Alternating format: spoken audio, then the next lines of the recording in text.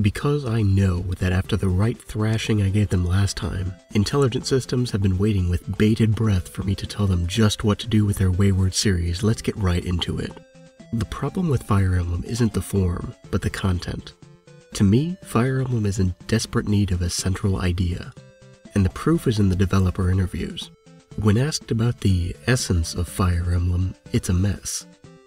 Some say it's about love, which isn't the case at all if you consider the early games. One says it's a rollicking adventure with your friends, which can effectively describe any JRPG, and others, namely the director, avoid the question entirely. The only one who gives an answer that is actually on point is the brand new artist, Toshiyuki Kusakihara, who says, "I played as if there were really a world there within the NES. The essence lies in how you feel like there are actually people alive inside that rich world." This is spot on because it implies a fundamental connection between the narrative and the characters that is vital to make the world feel real.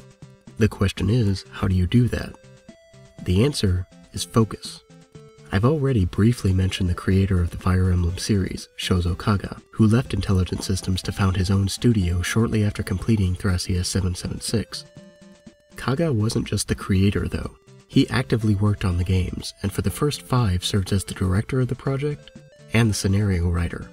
And when you make a game like that, under a single person's vision, it's easier to make that game feel like a cohesive whole, just like Kusakihara mentions. The game has a soul, and none of that design by committee feeling we see in so many games today. When you have a clear creative vision of what you want to do with a project, it's much easier to achieve that focus. This snippet of an interview with the developers shows just how little focus they had while writing Awakening, and it has to be said that it absolutely shows. So, was there a creative vision driving the development of Awakening? Well, the producer, Hitoshi Yamagami, offers a bit of insight. He says, "When I originally talked about the culmination of Fire Emblem, I said, I want to get married again. Within the Fire Emblem series, what has left the greatest impression on me was the marriage system. A footnote that follows indicates that the marriage system was introduced in genealogy, which was news to me.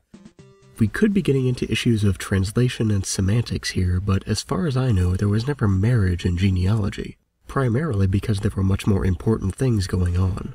It's true that the characters got together and had children, but they never married. That's just weird. Not to mention that even if that were the case, those relationships weren't the point of genealogy. Genealogy is a game about lineage, and the way the second-generation characters finish their parents' fight and ultimately achieve their goals. The relationships are simply the means by which that lineage is realized. It's a fun extra that the player is free to choose who to pair characters with, and his choices have effects as far as the stats and skills are concerned. But the family, the genealogy, remains the same. The story of the game doesn't suffer for these relationships existing, nor do those relationships define the characters in genealogy as they do in Awakening. Lex has a proper arc that plays out regardless of who he's paired with. His relationship with Ira, in my case, is a fun aside. It's not fundamental to his character. For the producer to say that of all the remarkable things that genealogy did for the series, as far as character development, complex combat, complex villains, form-matching content, and engaging the player through gameplay are concerned, to say that the lover system left the greatest impression seems to not only completely miss the point, but makes me wonder if we were even talking about the same game. All of this is to say that my advice would be to pick a central conceit, because it can't flail around as it is now. If Fire Emblem is really supposed to be about love blooming on the battlefield, that's fine. But focus it.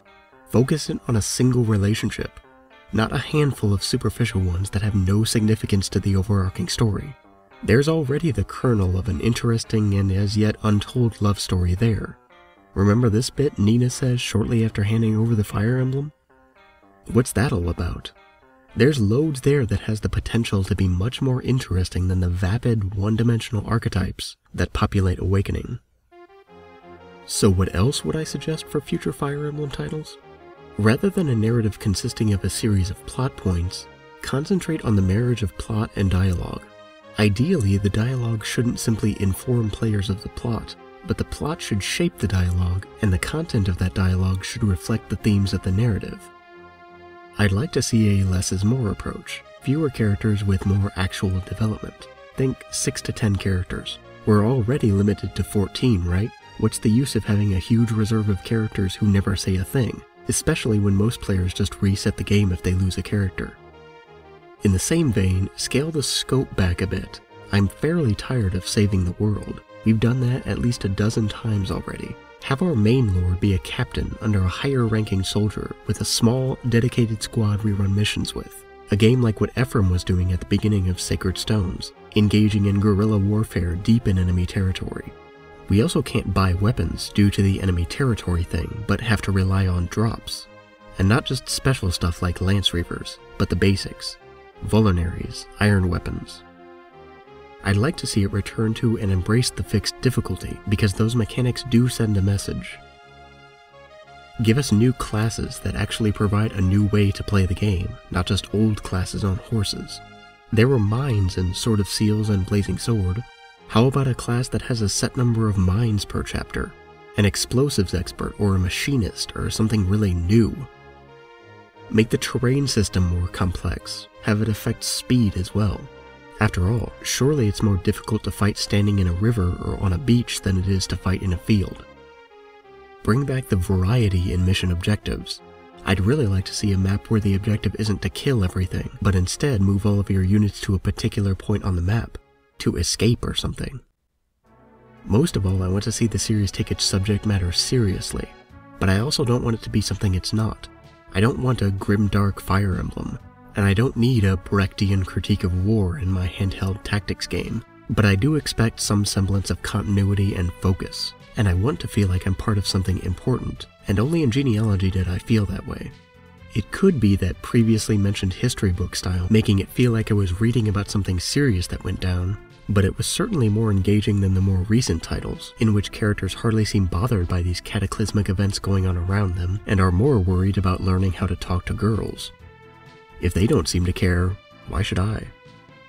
I desperately hope to see the series move away from the support system, because it throttles character development by limiting characters to only 3 interactions max. The support system is not an effective method of characterization, because more often than not it tends toward filler.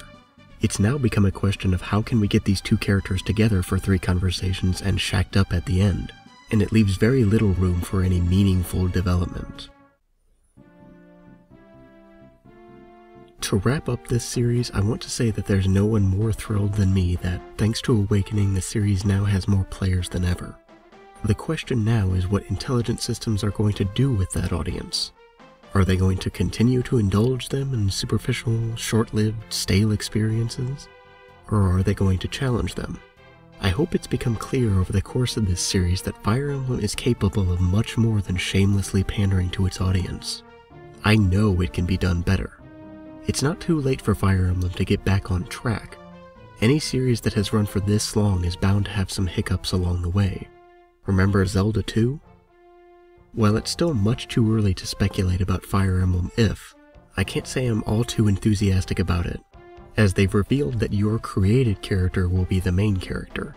What that means for the story of the game is of course yet to be seen. It was embarrassingly transparent in Awakening, but they do have an actual writer working on If's story. And although I've never heard of him, it almost has to be better than Awakening, right?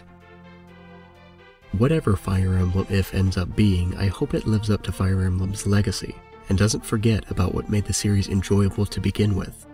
Otherwise, it soon may end up another forgotten series in an already dying genre.